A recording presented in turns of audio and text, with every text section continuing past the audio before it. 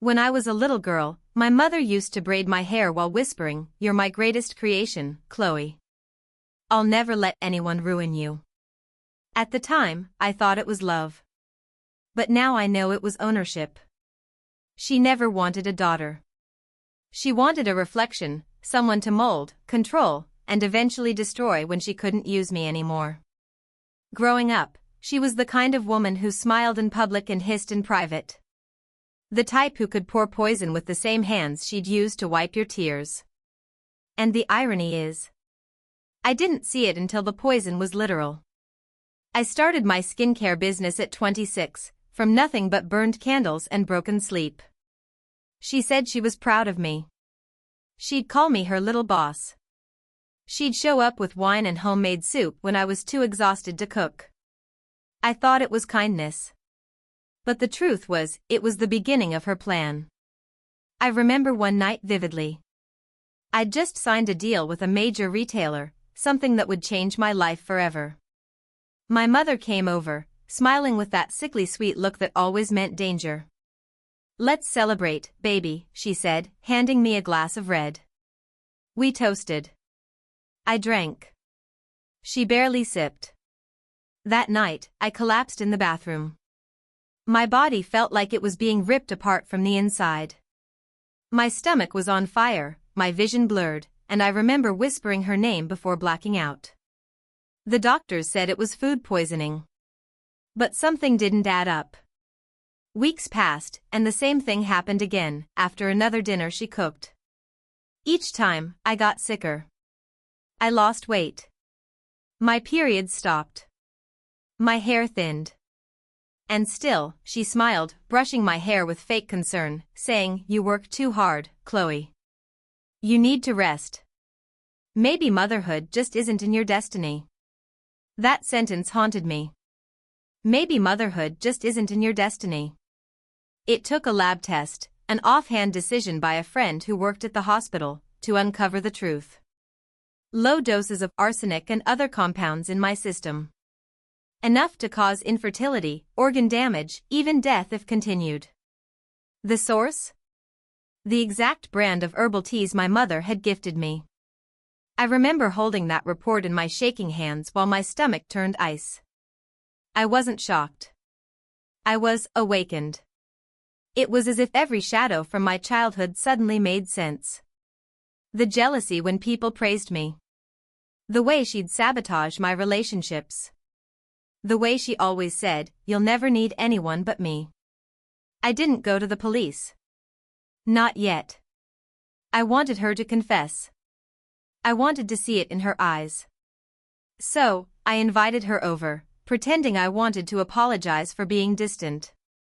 She arrived dressed like she was attending my funeral, black dress, red lipstick, perfume thick as deceit.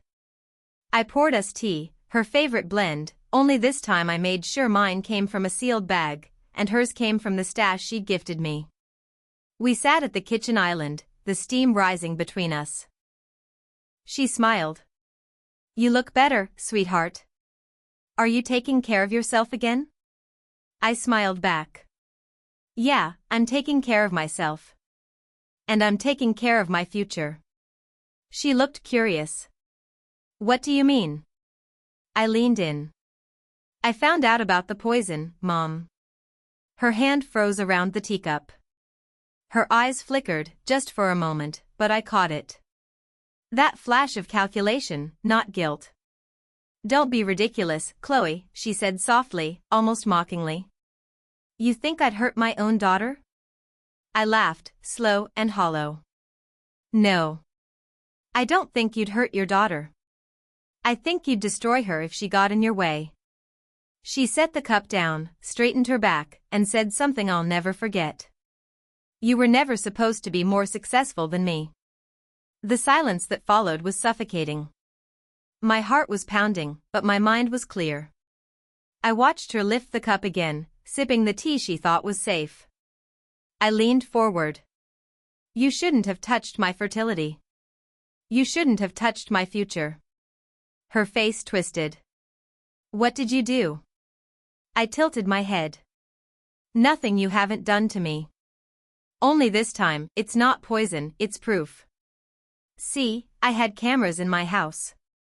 Every conversation recorded. Every word of that confession stored in the cloud. The tea wasn't poisoned, but it contained a harmless dye that would stain her tongue blue for 24 hours. I'd planned it. I wanted to make sure she couldn't lie her way out when the police came. She realized too late what I'd done. I saw it, the panic behind her perfect face. Within an hour, I sent the footage to my lawyer, my doctor, and the police. Within a day, her face was on every news channel. Within a week, she was arrested for attempted murder and fraud. Because while she was poisoning me, she was also quietly transferring ownership of my business to her name. I discovered the forged documents later. She'd been preparing to inherit everything once I was gone.